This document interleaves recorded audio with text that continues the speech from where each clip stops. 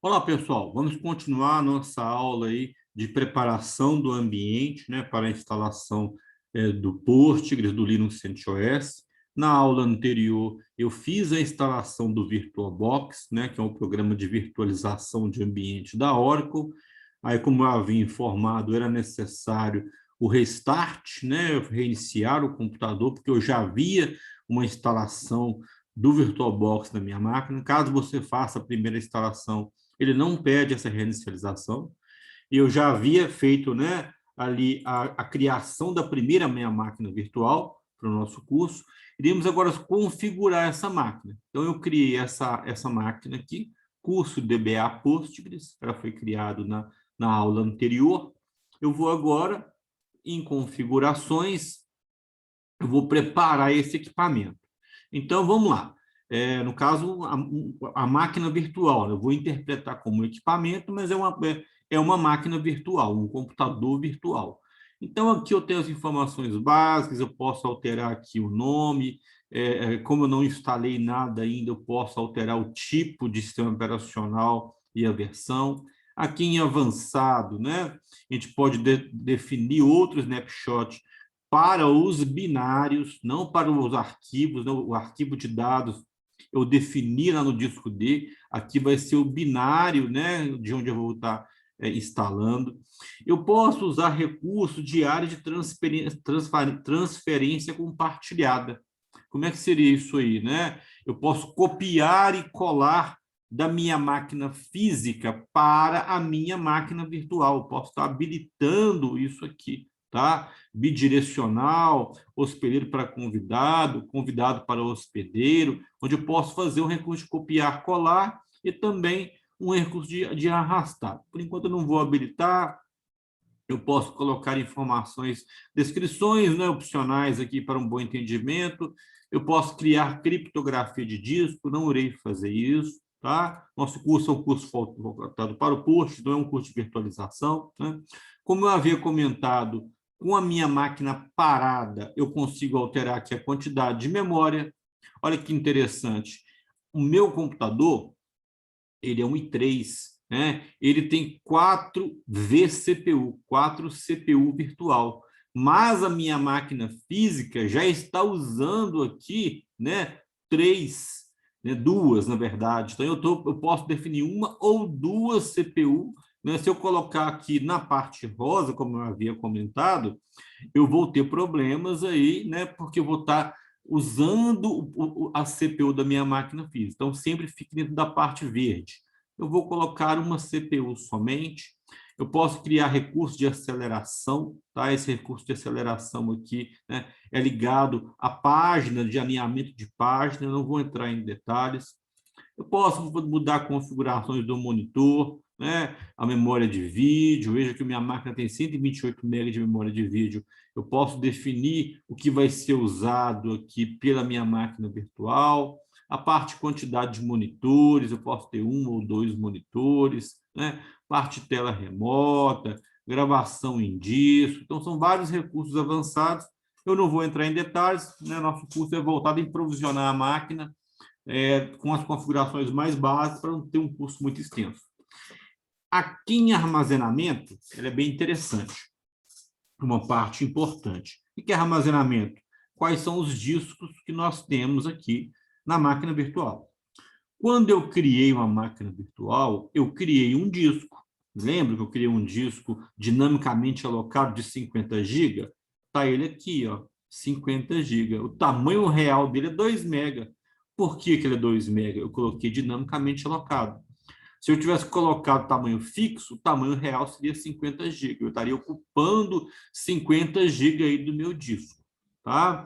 E aqui, pessoal, é como se fosse um driver de CD, né? Onde está aqui o controlador IDE, é um drive de CD. A gente vai ver isso aí. Eu não vou baixar, eu não vou instalar o CentOS nesse equipamento, eu não vou instalar o Linux CentOS, ou fosse instalar o Windows, eu devo colocar aqui nesse drive a mídia, né, o CD de instalação ou o arquivo de instalação. Tá? Então, o arquivo de instalação, aqui eu vou fazer essa escolha. Tá? Aqui eu vou voltar nessa parte. Eu posso configurar a parte de áudio, né? A parte de rede também é bastante importante, tá? A parte de rede. Eu vou fazer uma configuração aqui, depois eu vou fazer uma outra configuração para que eu possa me conectar à minha máquina virtual. Eu vou querer que este meu computador, essa minha máquina virtual, ela tenha duas placas de rede, tá? Uma placa de rede modo NAT e uma placa de rede modo bridge, tá? Bridge é ponte. O que seria essa placa de rede modo bridge? Essa placa de rede modo bridge, ela vai se conectar ao mundo externo, ela vai se conectar à internet, tá? Então, o meu acesso externo ao mundo externo vai ser a placa de rede modo bridge. E a placa de rede modo NAT vai ser o quê? Uma placa de rede para comunicação entre a minha máquina física e a máquina virtual. E também, quando eu quiser que eu tenha duas máquinas, quando eu fazer o recurso aqui de alta disponibilidade, né, o alta disponibilidade está disponível aí no curso DBA Sênior, né, e DBA Pleno. O DBA Júnior, eu não ensino, não passo a parte de disponibilidade. Nós vamos ter aqui duas máquinas conversando uma com a outra, uma máquina replicando. Caso uma máquina tenha problema, automaticamente a outra máquina vai estar assumindo. Tá? Eu vou deixar habilitado aqui, mas não vou. Eu posso configurar portas seriais, USB, pasta compartilhada. Eu não vou criar aqui pasta compartilhada nesse momento, mas quando você trabalha com a máquina Windows, é bem interessante você ter uma pasta compartilhada. O que seria a pasta compartilhada? É você ter uma pasta lá no seu computador, né, físico, na minha máquina física. Eu faço muito, às vezes, com a pasta programas e uma pasta de documentos. Então, tudo que eu salvar na máquina virtual, eu vou salvar na minha máquina física também. E na pasta programas, eu posso buscar alguns programas de lá. Então, vamos ver. Quando eu montar aqui no DBA Senior, nós teremos ali a criação de uma máquina virtual para a instalação do Windows Server para colocar o Postgres, nós vamos ver essa parte de máquina compartilhada. Eu vou voltar aqui em armazenamento, tá? Então, vamos lá. Eu vou trabalhar com quem? Com o Linux CentOS versão 7, certo? Então, o que eu devo fazer, pessoal? Eu devo baixar ele. Então, eu vou vir aqui, vamos colocar aqui, ó. Ele é bem facinho, download de baixar. Download, ele é gratuito, como eu havia comentado, né? CentOS 7. Já aparece aqui o centos.org, ok? Vai aparecer aqui o pessoal do centos.org. E aqui eu posso ver, né, eu tenho várias versões, né? Tem a versão, agora tem a versão 9, né? Como eu havia comentado com vocês, nós vamos trabalhar com a versão 7, porque a versão 7 é onde eu tenho mais disponível no mercado, ok? Eu marco aqui, no caso, vai ser uma versão 64 bits, né? Ele vai me dar aqui várias opções de download, né? Do CentOS 7, tá ok? Porque como ele é uma versão gratuita, um software gratuito e muito utilizado, várias faculdades, várias instituições educacionais, elas fornecem, entendeu? Elas fornecem ali repositórios para o download, tá? No nosso caso aqui, eu vou baixar uma versão mínima, tá? Eu tenho uma versão mínima do CentOS, que ele vem com aquela parte gráfica igual ao Windows, que é chamado de GUI, né? E tem ali uma versão básica somente para servidores mesmo. Eu vou trabalhar com a versão mínima. Vou escolher essa daqui, ó. Vou marcar essa aqui. Ele me dá várias opções de download. Tá aqui, ó, Minimal ISO, né, 1 GB. Veja que eu tenho opções aqui até de 9,5 GB, que são versões extremamente completas, com versões com ferramentas, com ambiente gráfico estilo Windows, que é chamado de GUI, né? No nosso caso, para o nosso curso, eu vou marcar essa opção. Veja que é um download grande, né? Quase 1 GB. Eu vou parar esse download aqui, você deve continuar, tá? Eu vou parar por quê? Porque eu já baixei. Ele está aqui, ó, CentOS, né? 7x8664 Minimal 2.9, ele é do tipo ISO. ISO é um tipo de arquivo para instalação de sistemas operacionais e também outros programas, né? Então, a gente tem o ISO do Windows, o ISO do Linux, tá? A máquina consegue ler, e quando ela vai bootar, inicializar ali, você consegue colocar o boot para ele ler esse arquivo .iso e iniciar a instalação. Vou copiar este endereço aqui, tá? E vamos aqui no VirtualBox, né, definir aonde ele vai buscar os dados. Então, eu clico aqui nessa setinha, escolher uma imagem de disco, que eu já fiz o download, está aqui, ó, Minimal ISO. Ou seja, quando essa máquina inicializar, como se isso aqui fosse o meu drive de CD. Eu vou, para fazer um processo mais rápido, aqui em sistema, eu já defini a memória, quase 4 GB, 4.000 aqui. Só para me ter uma instalação mais rápida, mas depois eu vou voltar isso aqui quando eu for utilizar duas máquinas ao mesmo tempo. Eu marco um OK, eu marco aqui iniciar, ele vai estar inicializando essa máquina virtual como se estivesse inicializando ali um computador. Ele vai estar iniciando o boot dessa máquina virtual. Ele pede a confirmação aqui da ISO, eu marco iniciar, e ele vai começar agora o quê? A instalar o CentOS. Estão vendo? Eu vou marcar, dou uma setinha para cima, tá vendo? Eu posso testar a mídia ou instalar, marco install CentOS 7. Eu poderia ter aumentado também ali o processador, né, pessoal, para ser uma instalação mais ágil ainda. Mas nesse momento, como eu já inicializei a máquina, eu não consigo mais mudar processador, memória, disco. Eu consigo se eu vier a parar o equipamento. Eu tenho que parar essa máquina, né, a máquina virtual, mudar as configurações e depois inicializar ela. Eu não consigo fazer isso em tempo real. Ele está agora fazendo a instalação do Linux CentOS 7.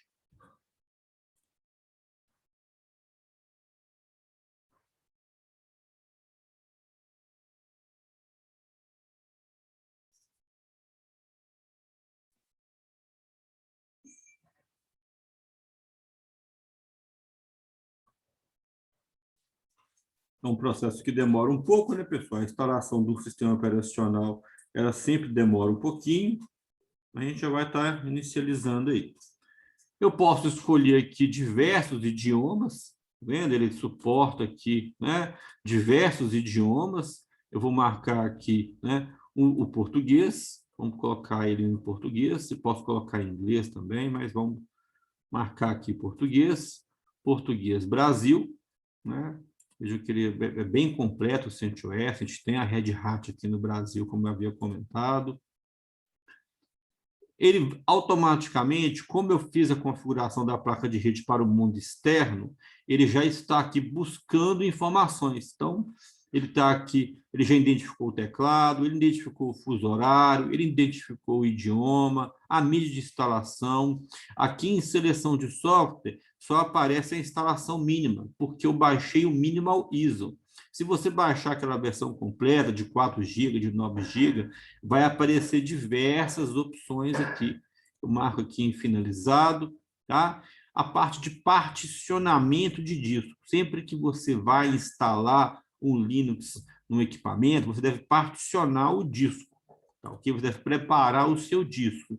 Você vai ver em mais detalhes num curso de Linux, né, como funciona esse particionamento. Aqui eu vou usar essa opção, configurar automaticamente o particionamento, né? Ele já deixa nas configurações padrões indicadas e eu não vou ter nenhum tipo de problema. Rede, eu devo vir cá e habilitar as placas de rede. Eu não configurei duas placas de rede, uma placa modo NAT, uma placa modo Bridge. Então, eu devo vir aqui e habilitar as duas placas de rede. Vou marcar aqui, né, em finalizado. Está tudo configuradinho. Tá ok, pessoal? Né? Ou seja, eu já fiz a configuração inicial para instalação. Vou clicar aqui em iniciar a instalação. Ele já está iniciando a instalação, tá? Só que eu preciso criar no mínimo, uma senha para o superusuário, né? O superusuário do Linux, pessoal, ele é chamado de root. O root, ele é o superusuário que tem o superpoder de fazer qualquer coisa no Linux. Então, o superusuário é o root. Eu devo vir aqui, ó, senha de root não foi determinada. Eu devo definir aqui uma senha para esse superusuário. Eu vou definir aqui a senha para o superusuário. Ele reclamou que foi uma senha fraca, mas a nível de treinamento eu vou manter, tanto que eu vou ter que clicar 2 vezes aqui no finalizado. Eu posso também criar um usuário. Eu posso também criar um outro usuário e dar para ele permissão de superusuário ou não. Tá? Eu posso criar aqui e tornar ele um superusuário, tá ok? Mas eu não vou fazer. Vamos colocar aqui. Ele vai se chamar Fabridata, né? O nome do usuário Fabridata. Vou definir uma senha para ele, tá? Mas eu não vou definir ele como superusuário. Tá? É só um usuário comum que depois eu posso, via root, como usuário root, definir que tipo de permissão esse usuário vai ter. Não é obrigado, mas vamos deixar. Finalizado. Ele reclamou que a senha está fraca, mas eu não estou preocupado com isso, né? E tá aí, pessoal. A instalação demora um pouco, né? Uma instalação de 40 minutos, meia hora. Então, eu vou parar a aula. Quando chegar na parte final da instalação, eu retorno com uma próxima aula. Ok, pessoal? Então, vamos lá e até mais.